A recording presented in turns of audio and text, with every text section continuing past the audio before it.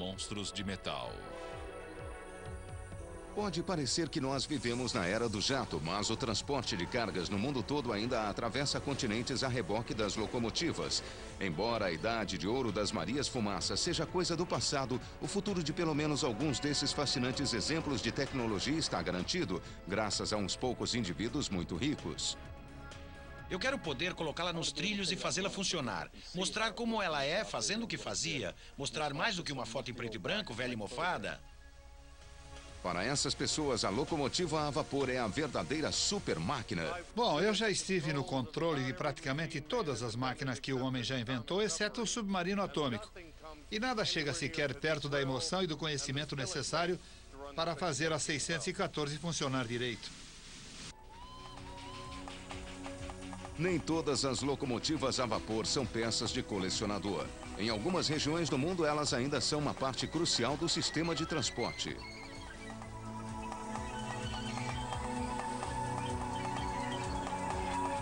Essa é a ferrovia Darjeeling-Hill, na Índia. A viagem de Siliguri a Darjeeling, na fronteira nordeste da Índia, leva 8 horas e meia. A linha férrea sobe a 2.000 metros de altura em apenas 90 quilômetros de extensão.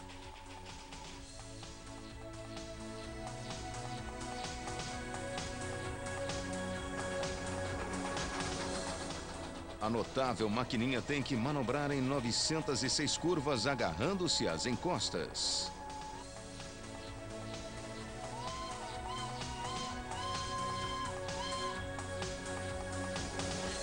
Não existe no mundo um outro passeio de trem como esse.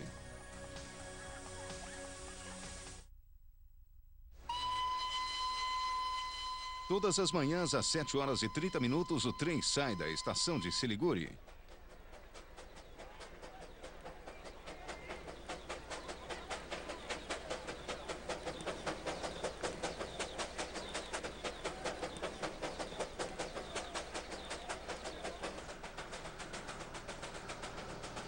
Existem maneiras mais rápidas de fazer a viagem. E até talvez maneiras mais confortáveis. Mas há mais de 100 anos, quando os ingleses construíram a ferrovia de Darjeeling-Hill, ela era o único caminho para fugir do calor das planícies indianas. No auge do verão, a temperatura vai além dos 35 graus Celsius. Sendo a malária endêmica na região, a Inglaterra preparou-se para ultrapassar praticamente qualquer obstáculo e encontrar um local adequado onde construir um hospital para os seus soldados. Com seu ar de montanha limpo e fresco, Darjeeling era o lugar ideal. A construção da ferrovia terminou em 1881, depois de 3 anos. Os habitantes do lugar a chamam de trem de brinquedo. Ela é vital para os vilarejos ao longo dos trilhos. Muitos não têm condições de pagar o preço de uma passagem de ônibus e muito menos de se dar ao luxo de ter um carro. Mas por apenas 3 pence, menos de 17 centavos de real, eles podem fazer uma das mais fantásticas viagens de trem do planeta.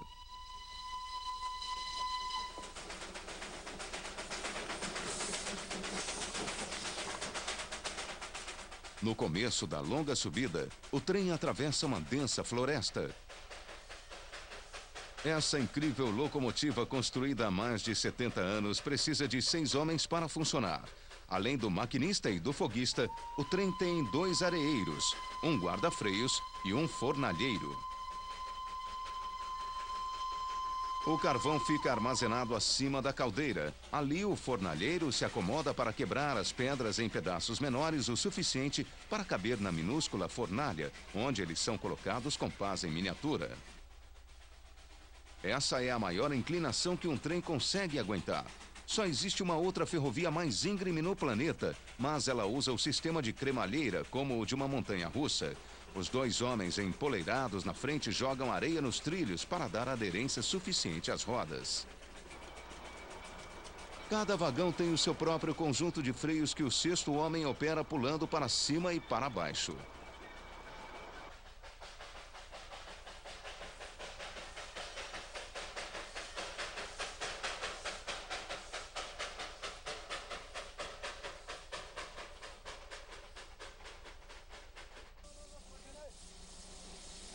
A locomotiva é pequena demais para carregar toda a água necessária para a viagem. O trajeto é tão íngreme que o trem faz 12 paradas para reabastecer.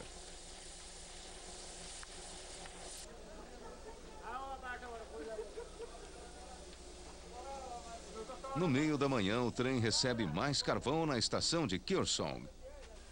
A locomotiva consome mais de 3 toneladas de carvão e 4.000 litros de água na jornada.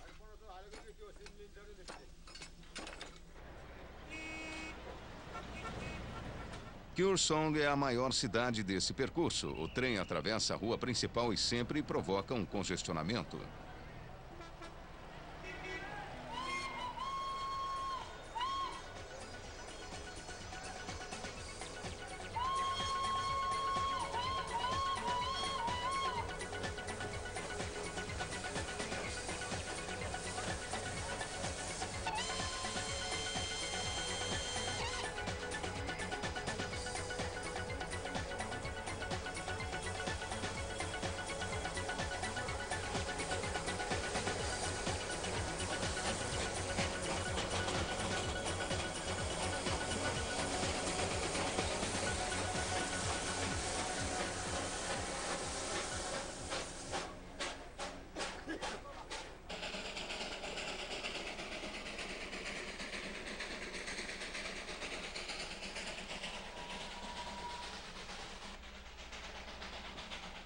A ferrovia é atingida por grandes deslizamentos de terra que acontecem na estação das chuvas.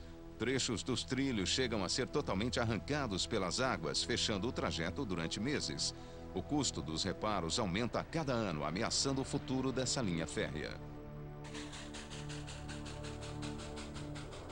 Mas essa ferrovia é uma peça histórica tão valiosa que o governo indiano solicitou às Nações Unidas que ela receba o status de patrimônio da humanidade. Dessa forma, seu futuro estaria garantido, pois ela seria equiparada a monumentos como o Taj Mahal.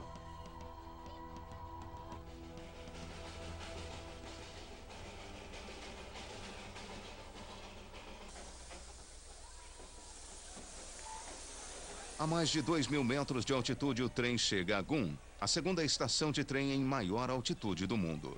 Somente uma estação nos Andes, no Peru, é mais elevada.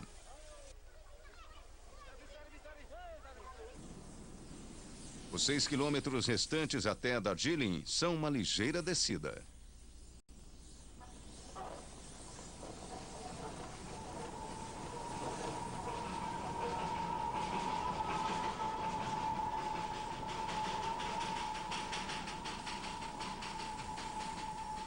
Um quilômetro e meio depois de Gun, o trem aproxima-se do anel de Batavia. Aqui, os trilhos fazem um círculo completo.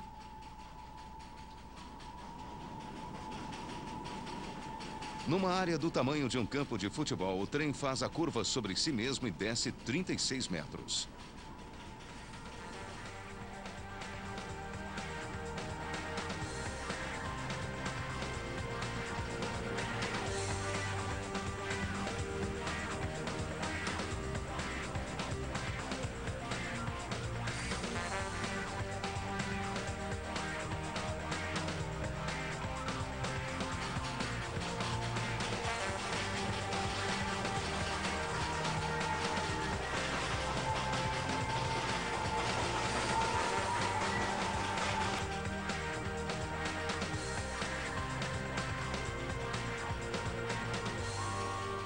Quando o trem faz a última curva, surge a maior cadeia de montanhas do mundo, o Himalaia. Depois de 8 horas e meia, o trem chega à estação de Darjeeling.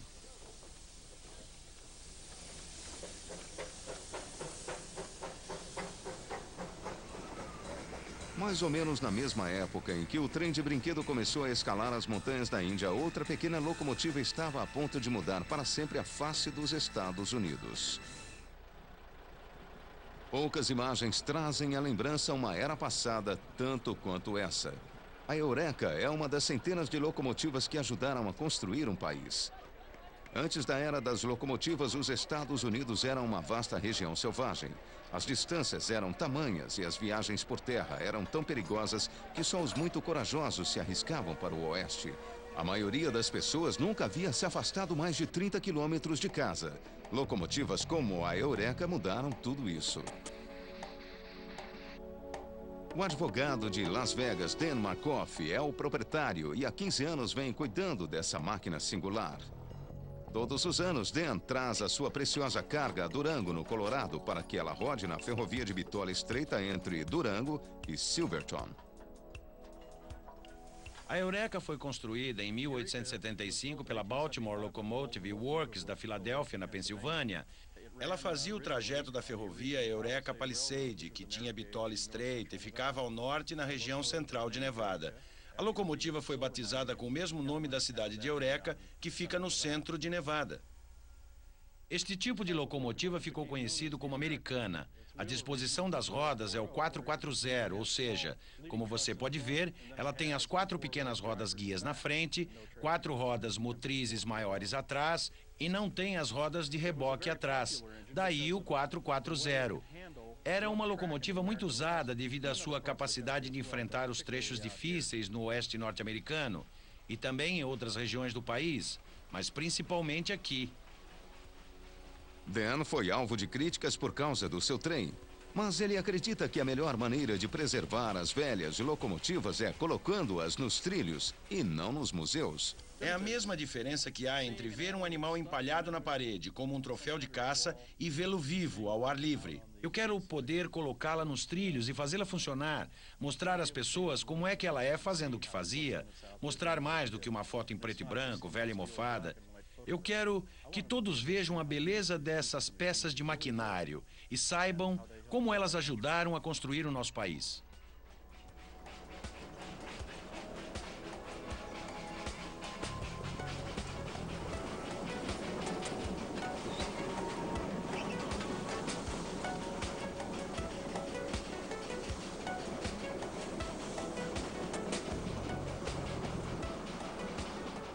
A Eureka funcionou até 1939, quando foi comprada pelos estúdios da Warner.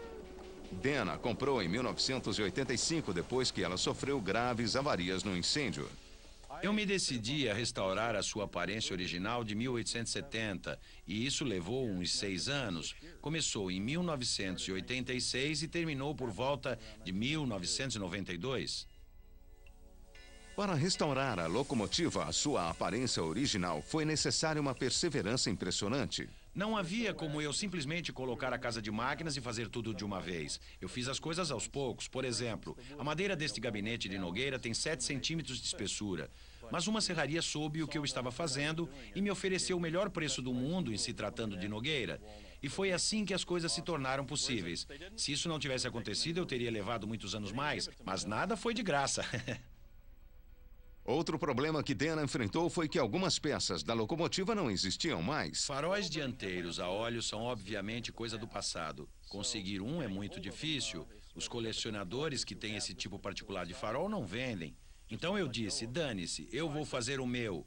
E então eu tirei as medidas de um farol no Museu Ferroviário Estadual de Nevada, em Carson City, e no Museu Estadual, ou melhor, Museu Ferroviário do Colorado, em Golden, e fiz o meu farol. É interessante, porque você tem aqui um equipamento do século XIX, cujo refletor do farol foi torneado pelo mesmo homem que torneou os motores do ônibus espacial. Dan Markoff não pretende vender a Eureka por dinheiro nenhum. Ela não está à venda. Ela não tem preço. Ela é um pedaço da nossa história. Não se vende a Constituição, não se vende a Declaração da Independência, não se vende o USS Constitution. Ela é parte da história de Nevada e eu quero que ela continue assim e não seja apenas um objeto à venda. No final do século XIX, a construção de ferrovias em todo o mundo estava no auge. Nenhum desafio da engenharia era grande demais. Até o coração da África tornou-se destino num horário de trem.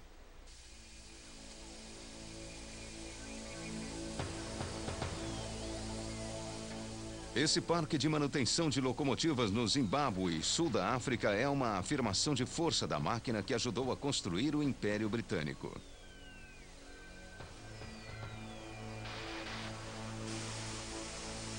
Ele é um dos últimos galpões de manutenção de locomotivas a vapor no mundo.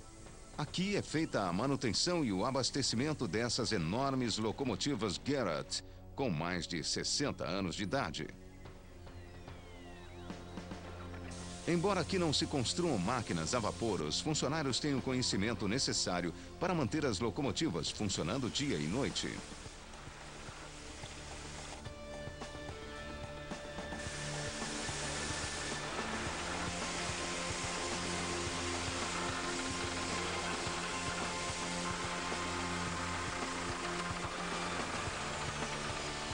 As locomotivas são usadas para levar carvão e outras cargas, contornando a cidade industrial de Bulawayo.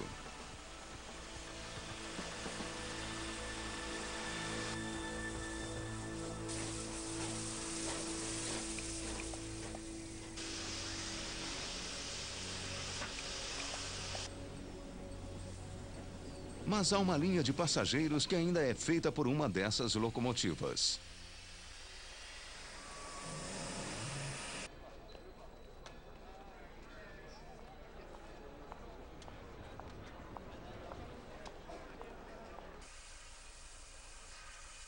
São 16 horas e 30 minutos e o último trem de passageiros do Zimbábue, puxado por uma Maria Fumaça, o Train Deluxe, ou trem de luxo, sai da estação de Bulawayo em direção a Victoria Falls, 720 quilômetros ao norte.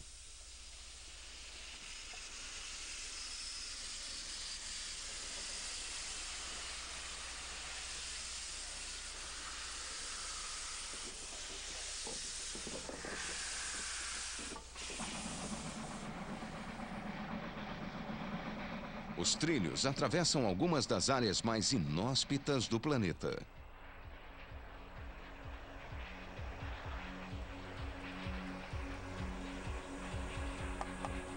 Na década de 1880, essa ferrovia foi a pedra fundamental de um plano de colonização inglesa de toda a África.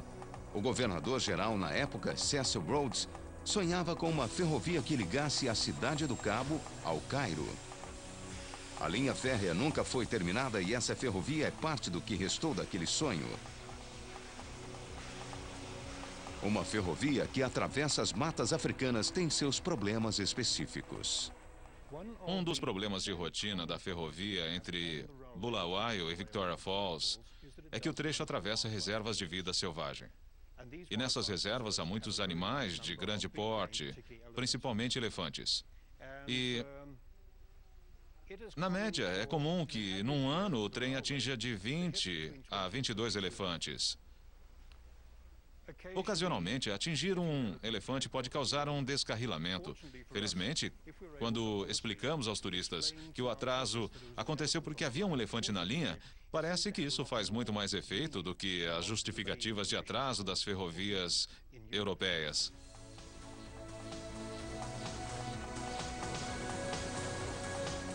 O trem percorre 110 quilômetros numa reta.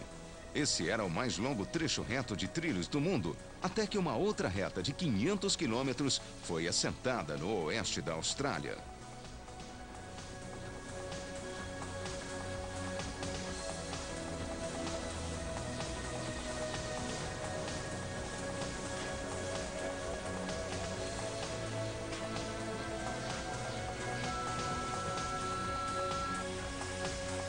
Às 18 horas e 30 minutos, o trem chega à estação de Dete para uma parada durante a noite.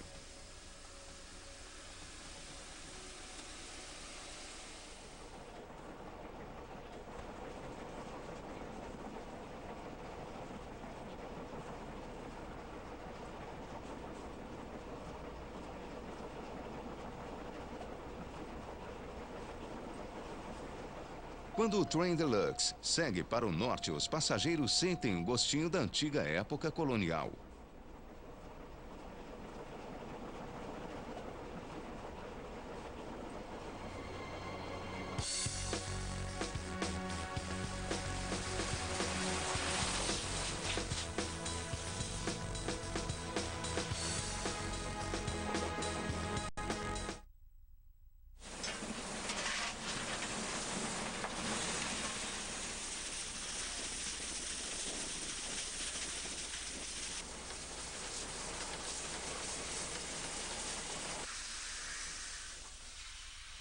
24 horas depois de sair de Bulawayo, o trem chega à estação de Victoria Falls, a apenas 1 quilômetro de um dos lugares mais impressionantes da Terra.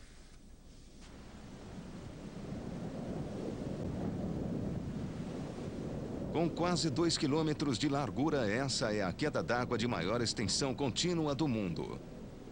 Aqui, o rio Zambezi despenca inteiro num abismo de 100 metros. A ponte da ferrovia que atravessa Victoria Falls foi uma das visões de Cecil Rhodes que se tornou realidade. A ponte poderia cruzar o rio num local muito mais conveniente, mas Rhodes queria que os passageiros não só vissem a queda d'água, como também sentissem os seus respingos. 100 anos depois de construída, a ponte e sua vista da catarata ainda emocionam muitos viajantes.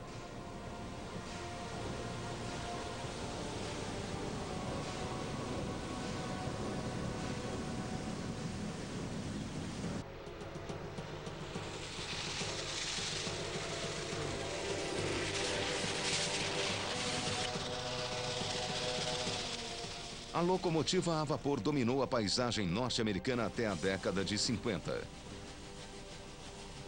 A Chesapeake and Ohio 614 é a locomotiva a vapor mais avançada do mundo e foi a última construída nos Estados Unidos. Para ter e operar uma dessas enormes máquinas hoje, seriam necessários recursos quase ilimitados. Durante 30 anos, Ross Rowland foi investidor no mercado futuro de commodities na Bolsa de Nova York e lá ele ganhou dinheiro suficiente para investir no seu único amor de verdade.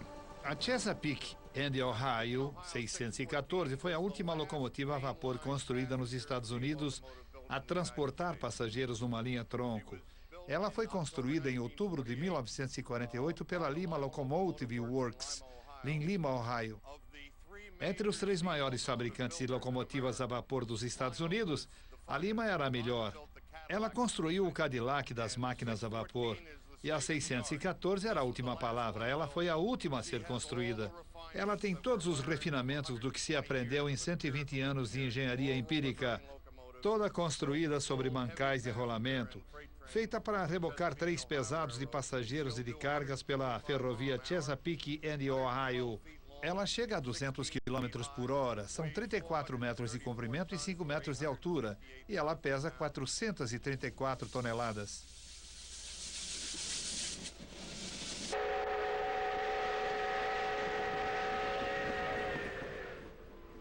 Ross tem licença de maquinista desde 1964 e já soma 4.000 quilômetros de percurso conduzindo locomotivas a vapor.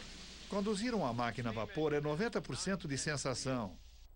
E é uma experiência sensorial que vem das vibrações que você recebe em parte do assento, literalmente. Em parte pelos seus ouvidos, em parte da vibração do ar ao seu redor e em grande parte pelos sons que a locomotiva faz quando está a diferentes velocidades e sob diferentes condições. Os princípios básicos são muito simples. Tem a válvula que transfere o vapor dessa grande caldeira através de tubulações de 40 centímetros de diâmetro até os pistões na frente da locomotiva. Lá o vapor se expande como gás 13.000 vezes o seu volume e empurra os pistões que estão ligados às rodas, e isso é o que faz as rodas girarem e o trem andar.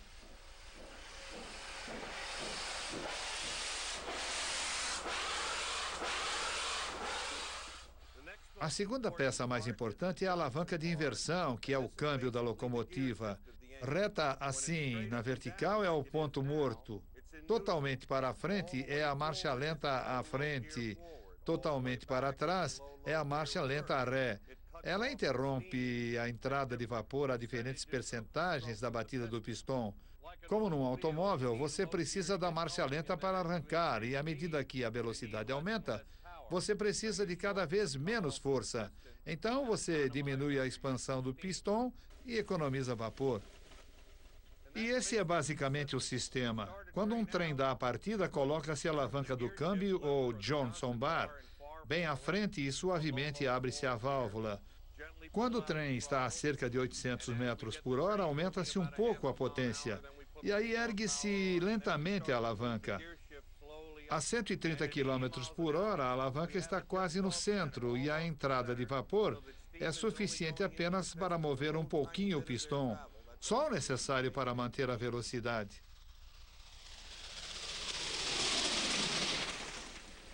Ross comprou a locomotiva em 1974 e, durante mais de 18 meses, supervisionou a sua restauração com uma equipe de 15 mecânicos profissionais e 100 voluntários.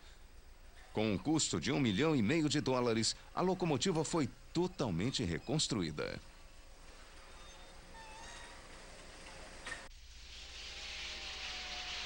Desde que a 614 foi restaurada, mais de 1 milhão de pessoas já a viram trovejando através de suas cidades e vilas. A locomotiva a vapor fascina quase todos os que a veem. E eu acho que o motivo é que ela é uma máquina externa. Todas as peças que funcionam estão lá para se ver.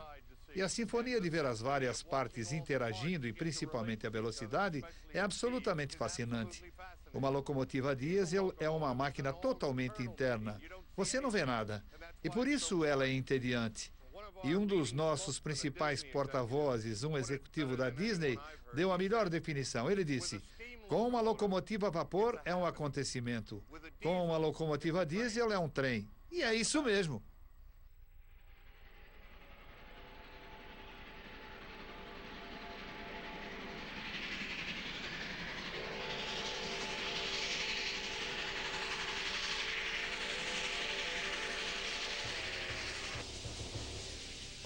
Se olhar uma locomotiva a vapor já causa tanta emoção, conduzir uma deve ser uma experiência incrível. Nesses anos todos eu pilotei jatos, fui piloto semiprofissional de motocicleta, pilotei carros de corrida. Eu acho que já estive no controle de praticamente todas as máquinas que o homem já inventou, exceto um submarino atômico.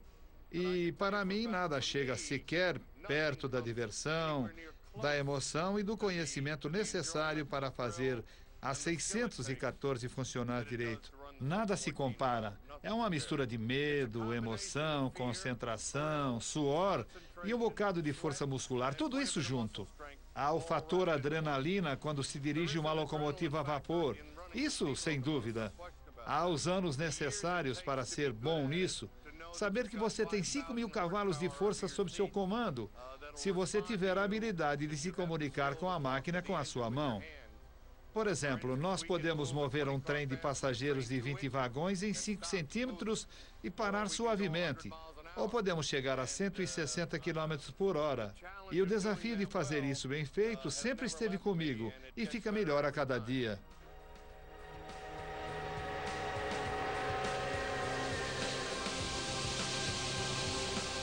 A devoção de Ross Rowland pela 614 significou até agora pouco tempo para qualquer outro alguém em sua vida. Até hoje, só 3 mulheres significaram alguma coisa na minha vida. E todas, de alguma forma, se desesperaram com a minha paixão por essa senhora.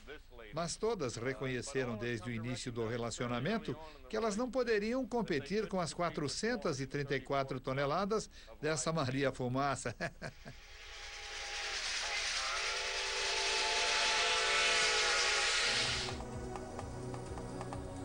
Essa é uma das ferrovias mais espetaculares e famosas do mundo. A linha da Canadian Pacific entre Montreal e Vancouver, que chega a quase 5.000 quilômetros. Construir uma ferrovia tão longa é uma conquista em qualquer era, principalmente cruzando obstáculos como as montanhas rochosas. Mas quando o futuro do seu país está em jogo, até o impossível se consegue. Quando o Canadá tornou-se independente da Grã-Bretanha em 1867, o país tinha apenas as 4 províncias orientais. O primeiro-ministro acreditava que, se quisesse sobreviver e competir com os Estados Unidos, o Canadá teria que se expandir para o oeste. Mas não havia como ir do leste para o oeste. Como condição para integrar o Canadá, as autoridades da Colômbia Britânica exigiram que uma ferrovia fosse construída atravessando as montanhas rochosas.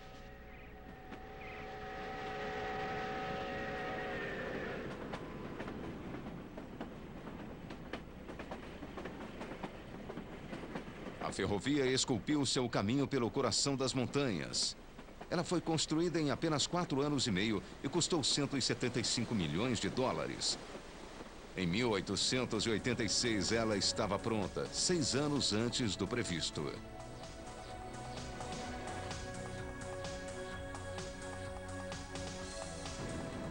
Atualmente, a linha férrea tem transportado mais trens de carga do que os trens de passageiros do início. Para rebocar um trem de mais de 100 vagões, é preciso um bocado de cavalos de força.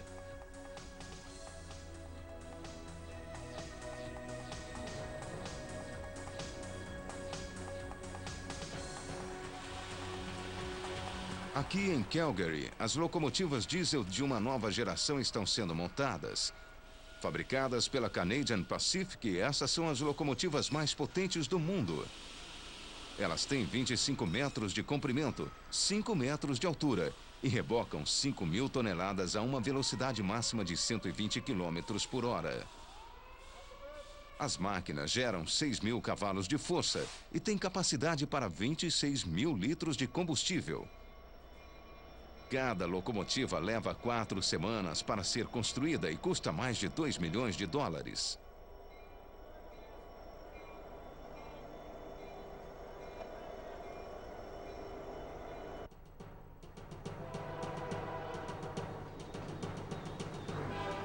Mas mesmo com máquinas tão poderosas, um grande trem de carga precisa de 3 locomotivas para atravessar as montanhas rochosas.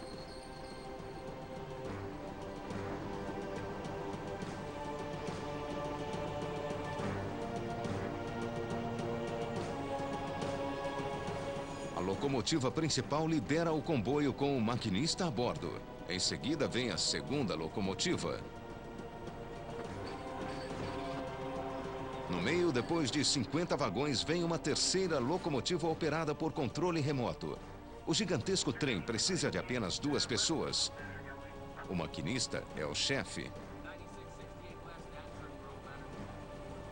O condutor acompanha o progresso do trem e substitui o maquinista em caso de necessidade. Você começa de baixo sendo guarda-freios ou condutor. Mais tarde, você entra num programa de treinamento para ser um maquinista, o que geralmente leva até 1 ano. E são cerca de 3 meses de aulas teóricas e no restante são aulas práticas. Você trabalha com os maquinistas nas várias subdivisões até estar pronto para receber a qualificação. Esse trem de mais de 2 quilômetros de comprimento e 14.000 toneladas de peso está indo para Vancouver. Os vagões de grãos são imensos. Cada um tem produto suficiente para encher 4 caminhões grandes. Quando sai de Banff, o trem sobe firme até a passagem de Kicking Horse, onde a ferrovia atravessa as montanhas rochosas. De um lado da cadeia de montanhas, os rios correm para o Atlântico. Do outro, eles correm para o Pacífico.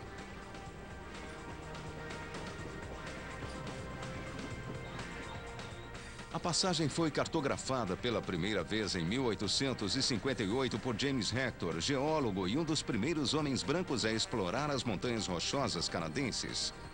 Hector estava explorando a passagem quando levou no peito um coice de um dos cavalos da sua tropa e ficou inconsciente. Desde então, o lugar ganhou o nome de Kicking Horse, ou seja, cavalo escoiciador. Uma das áreas mais perigosas nos primeiros anos da ferrovia era Big Hill, um trecho de 13 quilômetros de trilhos com um gradiente íngreme de 4,5%. Aqui muitos trens perderam controle e descarrilaram. No decorrer de um período de 20 anos, 6 funcionários da ferrovia morreram.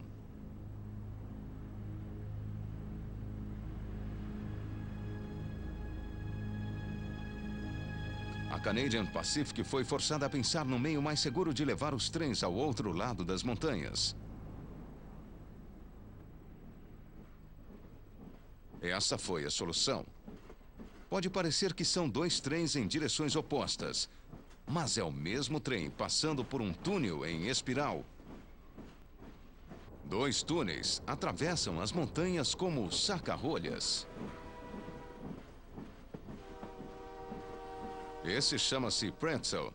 Tem 1 quilômetro de comprimento e sua saída fica 17 metros abaixo da entrada. Embora perfuratrizes mecânicas movidas a vapor tenham sido usadas, a maior parte do trabalho foi feita com músculos e suor. Os túneis foram concluídos em 1909, depois de 20 meses de trabalho realizado por 1.000 homens. É uma experiência única porque você entra profundamente num túnel, faz a volta e sai abaixo do local por onde você entrou. E você olha e há um trem acima de você, que é o seu próprio trem. Você faz uma volta completa.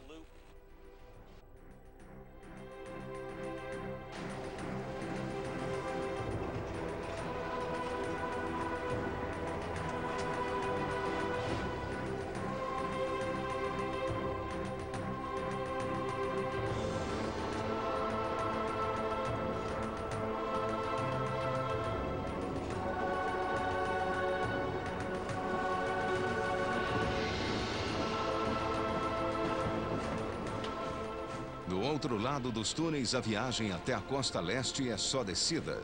O maquinista tem que se manter alerta. É na descida que aumenta a adrenalina e o coração começa a bater mais forte. Às vezes dá um pouco de medo. Nunca aconteceu de um desembestar de verdade, mas às vezes eu fico meio apreensivo porque o trem vai mais depressa do que você quer que ele vá e ele não responde como você gostaria. E aí você freia mais um pouco e ele acaba ficando sob controle. Mas não é uma sensação agradável. 11 equipes diferentes trabalhando em turnos de 10 horas levam um trem de carga como esse de Winnipeg ao porto de Vancouver em 3 dias e 3 noites.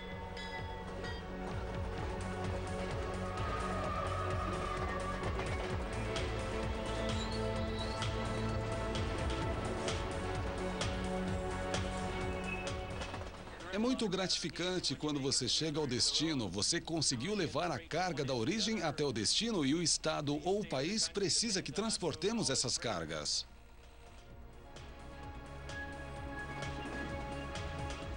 Hoje no Canadá, a maioria das pessoas viaja de automóvel ou de avião.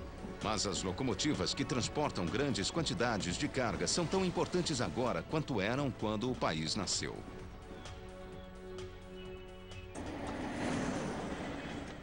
Pouca gente quer colecionar velhas locomotivas diesel enferrujadas, mas há quem veja beleza em todas as locomotivas. Esse homem é um dos produtores de discos mais bem-sucedidos na história da música pop inglesa. Seu nome é Pete Waterman, e ele só quer dirigir seus próprios trens.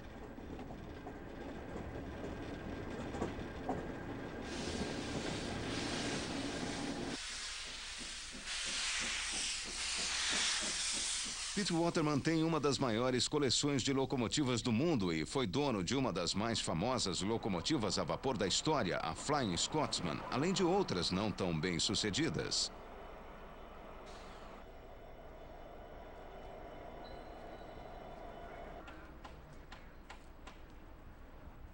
Waterman adora sujar as mãos restaurando suas locomotivas a vapor preferidas.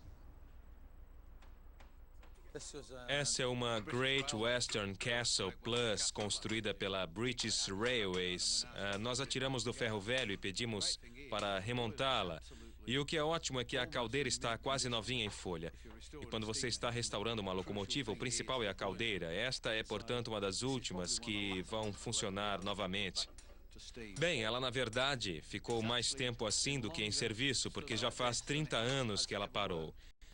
E ela só funcionou durante pouco mais de 25 anos. Mesmo do jeito que está, muita coisa já foi feita. E ainda vai levar uns 2 anos para que ela volte aos trilhos. Mas isso não é difícil.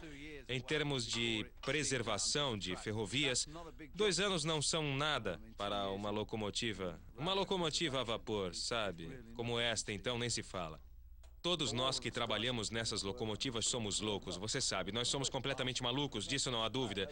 Ninguém pode dizer que somos sãos. As pessoas dizem que os ingleses são excêntricos.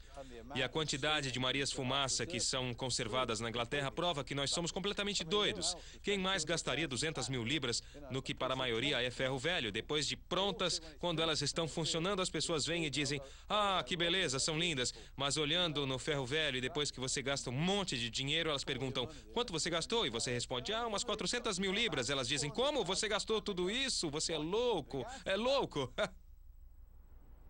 Muito antes de poder esbanjar sua fortuna nessas locomotivas, Pete Waterman começou sua vida profissional trabalhando numa ferrovia. Quando eu saí da escola sem conseguir ler e escrever, eu só queria fazer uma coisa, que era trabalhar com as locomotivas a vapor. Eu queria mesmo era ser caldeireiro. Bem, eu entrei para a ferrovia em 1961, mas acabei sendo limpador e folguista. As ferrovias precisavam muito de mão de obra na época, e eu era um rapaz grande. Eu conseguia levantar peso com a pá, e isso era o suficiente. Então eu acabei na plataforma do maquinista. Eu adorava tudo aquilo, tanto quanto adoro música hoje. Quase 40 anos depois de trabalhar na ferrovia, Waterman hoje é dono de algumas peças históricas notáveis. Bom, aqui nós temos o mundialmente famoso trem que inclinava, o APT, Advanced Passenger Train, ou trem de passageiros avançado. Ele foi realmente o começo das ferrovias modernas que conhecemos hoje. O APT foi projetado para solucionar os problemas de viajar em alta velocidade pela Inglaterra. A maior parte dos trilhos tem mais de 100 anos e há muitas curvas fechadas. Os trens europeus supervelozes de hoje correm em linhas retas sobre trilhos reforçados. Substituir todo o sistema implantado na época vitoriana na Inglaterra seria caro demais. Em 1968, a resposta foi construir um trem com vagões que pudessem inclinar-se, como um ciclista faz nas curvas.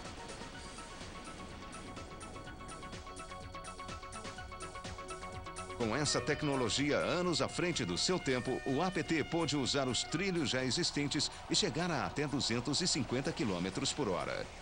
Depois de funcionar alguns meses, o APT foi tirado dos trilhos. O mecanismo de inclinação nunca foi totalmente aperfeiçoado. O que deveria ser um triunfo da engenharia transformou-se num desastre de relações públicas. Eles nos deram isso aqui para se livrar porque havia jornalistas demais tirando fotos dela no pátio de sucata. E nós tivemos que escondê-la durante 10 anos. Ela foi realmente escondida para que ninguém pudesse ver. Essa era a nossa parte do acordo com a ferrovia. Ninguém poderia vê-la.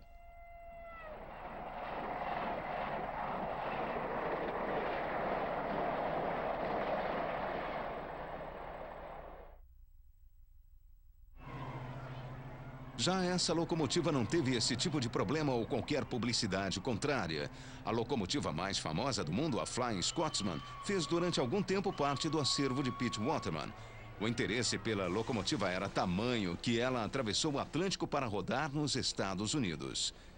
Mas ser dono de uma locomotiva tão famosa pode ser uma dor de cabeça, mesmo que você a tenha apenas pintado novamente da cor original. Quando nós restauramos a Flying Scotsman com as cores da British Railway no final da década de 50 e início da de 60, recebemos cartas desaforadas, mas desaforadas mesmo. E até de vigários. As pessoas cuspiam em nós, não falavam conosco, porque era um pecado inominável pintar a locomotiva com as suas cores corretas, porque ela nunca havia sido verde maçã, como foi preservada. Eu recebi uma carta de alguém que me acusava de ter destruído a verdadeira Flying Scotsman, de ter colocado uma impostora no lugar. Foi uma coisa simplesmente irreal. Depois de 2 anos tumultuados, Pete resolveu vender a locomotiva antes que o desgaste de trabalhar com uma estrela desse porte fosse demais. Mesmo para um homem que já trabalhou com as maiores estrelas. Olha, eu já trabalhei com todos os grandes astros do rock: McCartney, Elton John, Rod Stewart, Muddy Blues, Springsteen, Spielberg. Todos são vidrados em ferrovias. E quando eles entram no meu escritório e veem todos os trenzinhos de brinquedo, é só sobre isso que eles querem falar. Eles não querem falar de rock. E quando eles ficam sabendo que eu tenho as originais, todos eles pedem: você se importa se a gente der uma voltinha um dia desses, longe do público, sabe? Quando escreverem o obituário de Pete Waterman, ele não quer ser lembrado pela música. Eu acho que gostaria que fosse pelos trens, porque quando eu tinha 14 anos de idade, eu olhava essas coisas e nunca imaginei que elas, que são parte da nossa herança cultural, seriam minhas. E isso é uma verdadeira honra. 40 anos depois, você não é um garoto numa plataforma, você é o garoto que é dono da plataforma. Isso é alguma coisa, é diferente, sabe? As locomotivas mudaram a nossa maneira de viver. Elas mudaram o mundo. E para muitos, o trem ainda é a melhor maneira de viajar.